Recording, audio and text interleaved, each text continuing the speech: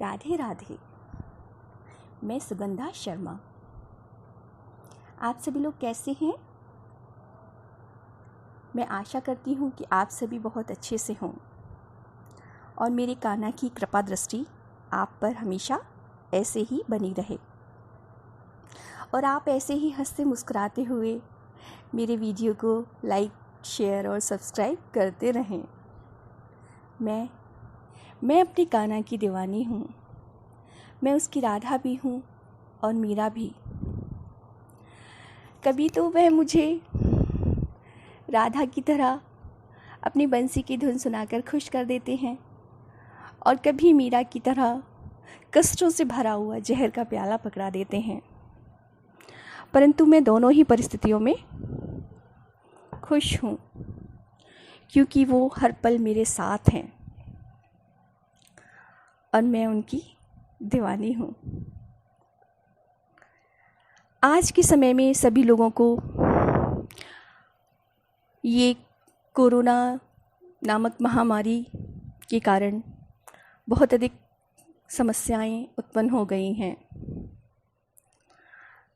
तो सभी लोग बहुत चिंतित हैं और सभी को इतना चिंतित देखकर मैं बहुत घबरा जाती हूँ।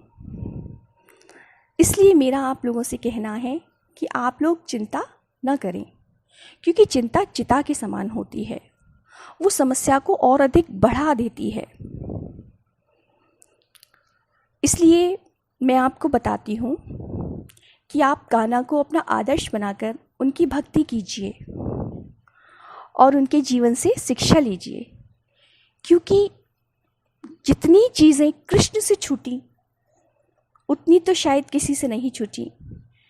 कृष्ण से उनकी माँ छूटी, उनके पिता छूटे जिन्होंने उन्हें जन्म दिया। फिर जिस माँ के आंगन में और गोद में वो खेल कर बड़े हुए वो भी छूट गईं। उनके संगी साथी, उनकी प्यारी गाय माता और जिनसे वो बेहद प्यार करते थे राधा रानी, वो भी छूट गईं। गोकुल भी छूटा, फिर मथुरा भी छूटा। कृष्ण से जीवन भर कुछ ना कुछ छूटता ही रहा और कृष्ण सभी लोगों की भलाई के लिए जीवन भर त्याग करते रहे। लेकिन आज की पीढ़ी कुछ थोड़ा सा भी छूटने पर टूटने लगती है।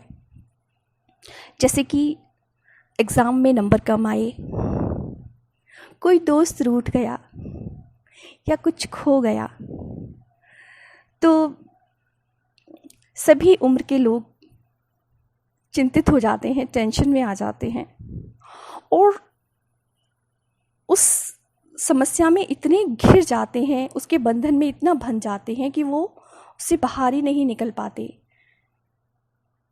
एक दूसरे से बात करना बंद कर देते हैं, टूटने लगते हैं। लेकिन ऐसा नहीं करना है। हमें कृष्ण को अपना गुरु बनाना चाहिए, क्योंकि जो कृष्ण को समझ लेगा, उसके जीवन को समझ लेगा, वह कभी अवसाद में जाएगा ही नहीं, क्योंकि कृष्ण तो आनंद के देवता हैं। कुछ भी छूटने पर कैसे खुश रहा जा सकता है, यह कृष्ण से अच्छा तो कोई सिखा ही नहीं सकता। तो हमें कृष्ण की भक्ति करनी चाहिए,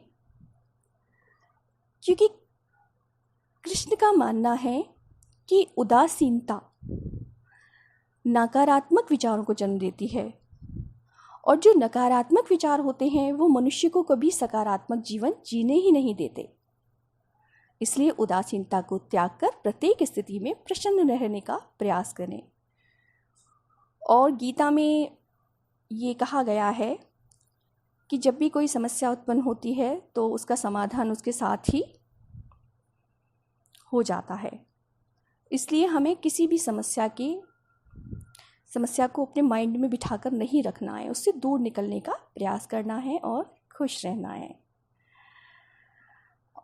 खुश रहिए, मस्त रहिए और खिलखिलाते रहिए।